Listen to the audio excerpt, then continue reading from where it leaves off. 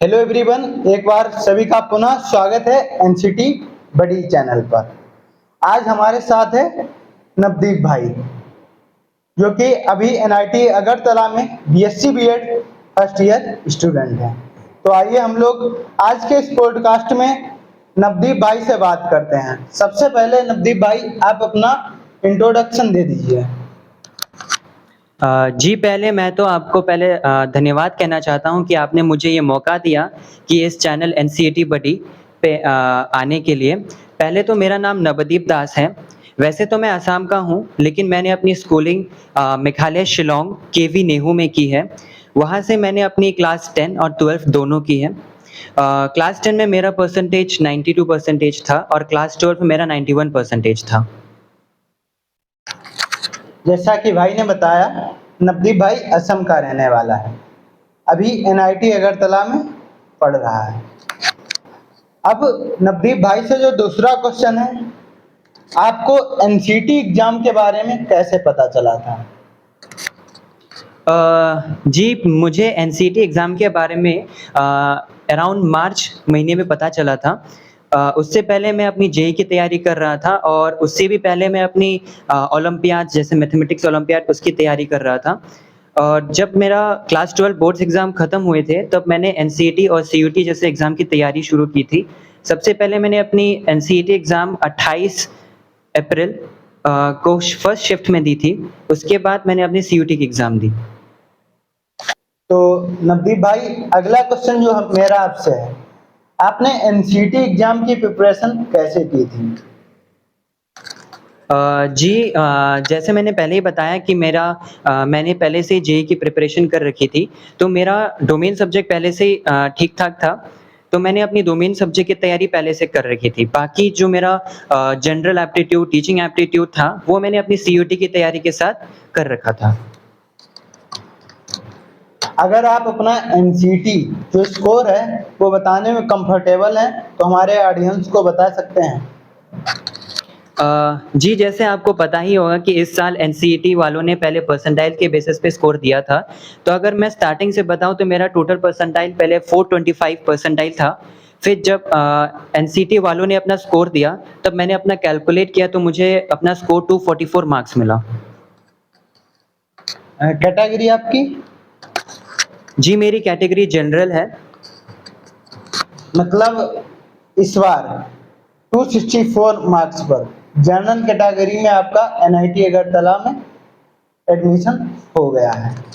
तो जो इस साल एनसीटी 2026 को हमारे स्टूडेंट्स टारगेट कर रहे हैं, तो उन्हें किसी भी एनआईटी में एडमिशन लेने के लिए कम से कम, अगर वो जनरल कैटेगरी से हैं तो 300 मार्क्स टारगेट बनाकर चलना है, क्योंकि एनसीटी 2026 में बच्चे बढ़ेंगे, कंपटीशन बढ़ेगा। कॉलेज के बारे में बातें करते हैं। तो नवदीप भाई, जब आप एनआईटी अगरतला आए थे, तो आपका यहाँ पर फर्स्ट इंप्रेशन क्या था? आपको यहाँ इंफ्रास्ट्रक्चर कैसा लगा, कैंपस कैसा लगा? जी, मैं पहले तो यही कहना चाहता हूँ कि एनआईटी अगरतला अपने क्षेत्र के हिसाब से सबसे बेस्ट इंफ्रास्ट्रक्चर प्रोवाइड करता है। यहाँ का वेदर के बारे में अगर मैं पहले कहूँ, तो यहाँ पे वेदर मानसून है, ह्यूमिडिटी है और बहुत बढ़िया वेदर है। अगर मैं रिकमेंड करूँ तो आप प्लीज़ एक छाता लेके आइएगा यहाँ पे, क्योंकि यहाँ पे बहुत गर्मी होती है। और बाकी अगर मैं कहूँ कि यहाँ का कॉलेज लाइफ, यहाँ का इंफ्रास्ट्रक्चर और एवरग्रीन एनवायरनमेंट के साथ एकदम one of the best college है अपने नॉर्थ ईस्ट क्षेत्र में। जैसा भाई ने कॉलेज के बारे में बताया, पूरा कॉलेज कैंपस जो है वो लस ग्रीन है। यहाँ हम लोग बोल सकते हैं कि बहुत ज़्यादा हरियाली है। तो जो अगला क्वेश्चन मेरा आपसे है, अभी आपके बीएससी बीएड एनआईटी अगरतला का फीस स्ट्रक्चर क्या है? हमारी ऑडियंस जानना चाहती है, तो थोड़ा डीप से बताइएगा। अच्छा, तो मैं पहले यही कहूँगा कि अगर आप पहली बार यहाँ पे एनआईटी अगरतला आएँगे तो आपका ट्यूशन फ़ी टोटल 29,000 के आस-पास लगेगा।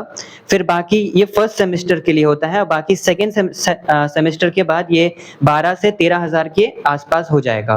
और फिर हॉस्टल फ़ी हमारे फर्स्ट सेमेस्टर में 36,000 लिया गया था। उसके बाद सेकंड सेमेस्टर से आपका 30,000 के आस-पास हॉस्टल फ़ी होगा।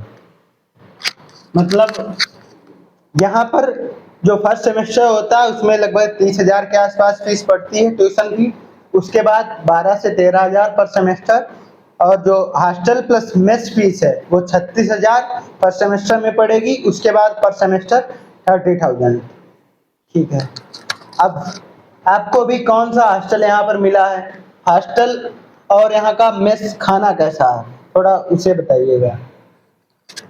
जी, मैं पहले यही कहना चाहता हूँ कि मेरा एडमिशन स्पॉट राउंड के समय हुआ था, तो फर्स्ट टाइम मुझे आर.एन.डी हॉस्टल ब्लॉक 2 मिला है। और अगर बात करूँ अपने हॉस्टल के मेस के बारे में, तो यहाँ पे हर दिन वेज और नॉन-वेज दोनों ऑप्शन अवेलेबल है, जिसमें मोस्टली आपको दाल, चावल और नॉन-वेज में चिकन और वेज में पनीर मिलेगा। कभी-कभी नॉन-वेज में एग भी मिलता है और फिश भी मिलता है। और अगर मैं एनआईटी अगरतला की इंफ्रास्ट्रक्चर के बारे में बात करूँ, तो इसका इंफ्रास्ट्रक्चर बहुत ही अच्छा है। इसमें आपको स्पोर्ट्स कॉम्प्लेक्स, स्विमिंग पूल, हर चीज़ की फैसिलिटी दी जाएगी। यहाँ पे स्पोर्ट्स कॉम्प्लेक्स रात के 10 बजे तक खुला रहता है, जिसमें आप कभी भी जाके अपने स्पोर्ट्स प्रैक्टिस कर सकते हैं। मतलब जो लोग नाइट में गेम खेलना चाहते हैं लाइक फुटबॉल, क्रिकेट, उनके लिए एनआईटी अगरतला बहुत ही अच्छा है। आप यहाँ पर नाइट में गेम्स एंजॉय कर सकते हैं। और एक स्पेशल बात, जो वॉलीबॉल खेलना पसंद करते हैं वो यहाँ पर पूरी रात कभी भी वॉलीबॉल खेल सकते हैं। तो आइए अब हम लोग नवदीप भाई से कुछ और बातें करते हैं। तो अगला क्वेश्चन मेरा आपसे है, जो एनआईटी अगरतला में हम लोग बोलते हैं एक्चुअल लाइफ, हम लोगों की जो एनआईटीएन वाली लाइफ होती है वो कब स्टार्ट होती है। अच्छा, तो मैं पहले यही कहना चाहूँगा कि एनआईटी अगरतला की जो लाइफ है, वो सिंपल तो नहीं है, क्योंकि अगर मैं बाकी कॉलेजेस से कंपेयर करूँ, तो यहाँ पे फर्स्ट और सेकंड सेमेस्टर में आपको तीनों सब्जेक्ट्स फिज़िक्स, केमिस्ट्री, मैथ्स तीनों पढ़ने होंगे। और आपको और अगर हम बाकी कॉलेजेस के कंपैरिजन में देखें, तो आपको मेजर और माइनर दोनों पढ़ना पड़ता है। तो यहाँ पे 9 टू 5 क्लासेस लगती हैं, जिसमें आपको सारे सब्जेक्ट्स, इवन बीएड के सब्जेक्ट्स भी लेने पड़ेंगे। और फिर उसके बाद आप 5 बजे के बाद आप खेल सकते हैं या आप लाइब्रेरी में बैठ सकते हैं। तो असली हॉस्टल लाइफ हमारी 10 बजे के बाद ही शुरू होती है। जिसमें हम बहुत सारी पढ़ाई भी करते हैं और अपने दोस्तों के साथ मिलकर मस्ती भी करते हैं। तो इसी के साथ हमें इंटरव्यू वाइंड अप करते हैं। अंतिम क्वेश्चन मेरा आपसे है कि जो नेक्स्ट ईयर जो अभी एनसीटी एग्जाम में अपीयर होने वाले हैं, उनके लिए आपकी तरफ से क्या सलाह है। जी, मैं पहले यही कहना चाहता हूँ कि आप एनसीटी एग्ज़ाम को बाकी एग्ज़ाम की तरह ना समझें। इसका करिकुलम और इसका पेपर पैटर्न बहुत ही अलग होता है। जैसे हम जेईई में देखते हैं कि इसमें सिर्फ फिज़िक्स, केमिस्ट्री और मैथ्स ही होता है, लेकिन एनसीटी में आपको 7 सब्जेक्ट देखने को मिलेंगे, जिसमें आपका physics, chemistry, maths, teaching aptitude, general aptitude और 2 लैंग्वेज होते हैं, जो अपने आप में बहुत ही हेक्टिक होते हैं। तो मेरी सलाह तो यही है कि अगर आप जेईई की प्रिपरेशन कर रहे हैं, तो आपका डोमेन सब्जेक्ट तो फिक्स्ड है, लेकिन आपको अपनी तरफ से एक्स्ट्रा मेहनत करनी पड़ेगी बाकी सब्जेक्ट्स में, जैसे टीचिंग और जनरल एप्टीट्यूड हो गए। तो अगर मैं अपनी लाइफ के बारे में बताऊँ, जब मैं एनसेट की तैयारी कर रहा था, तब मुझे पीसीएम में ज़्यादा दिक्कत नहीं हुई, लेकिन बाकी सब्जेक्ट जैसे टीचिंग हो गया, जनरल हो गया, उसमें मुझे बहुत दिक्कत हुई, जिसकी वजह से मैं आज भी रिग्रेट करता हूँ कि अगर मुझे वापस मौका मिले, तो मैं किसी अच्छे मेंटरशिप को मैं जॉइन करूँगा। तो अगर मुझसे एडवाइस लोगे, तो ये चैनल एनसीईटी बडी एक बहुत बेस्ट चैनल है, जिसमें आपको सारे कंटेंट्स फ्री में अवेलेबल होंगे, जिसमें आपको सारे लैंग्वेज सब्जेक्ट्स और टीचिंग एप्टीट्यूड, जनरल और साथ ही पीसीएम भी अवेलेबल होंगे। आप सभी लोगों को बता देता हूं, हमारे चैनल पर आपको फ्री मेंटरशिप मिलेगी। आप जब एग्जाम दे चुके होंगे तो आपको कॉलेज काउंसलिंग कैसे करवानी है, आपके जो मार्क्स होंगे उस पर आपको बेस्ट कॉलेज में कैसे पहुंचाया जा सकता है। हमारे पास सभी अच्छे अच्छे आईआईटी, एनआईटी, आरआई में जो अभी पढ़ रहे हैं वो आपको यहाँ पर मेंटर करने वाले हैं। तो इसी के साथ हम इस इंटरव्यू को यहीं पर खत्म करते हैं। आपसे बात करके नवदीप बहुत ही अच्छा लगा।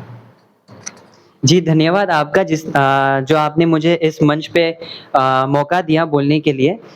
और मैं बस यही कहना चाहता हूँ कि ये जर्नी जो है बहुत लंबी है, तो आप जितना हो सके उतनी तैयारी अपनी बेस्ट रखें और हो सके तो आप इस चैनल को सब्सक्राइब करें और प्लीज़ लाइक करें और इस चैनल को प्लीज़ ज़्यादा से ज़्यादा शेयर करें और प्रमोट करें।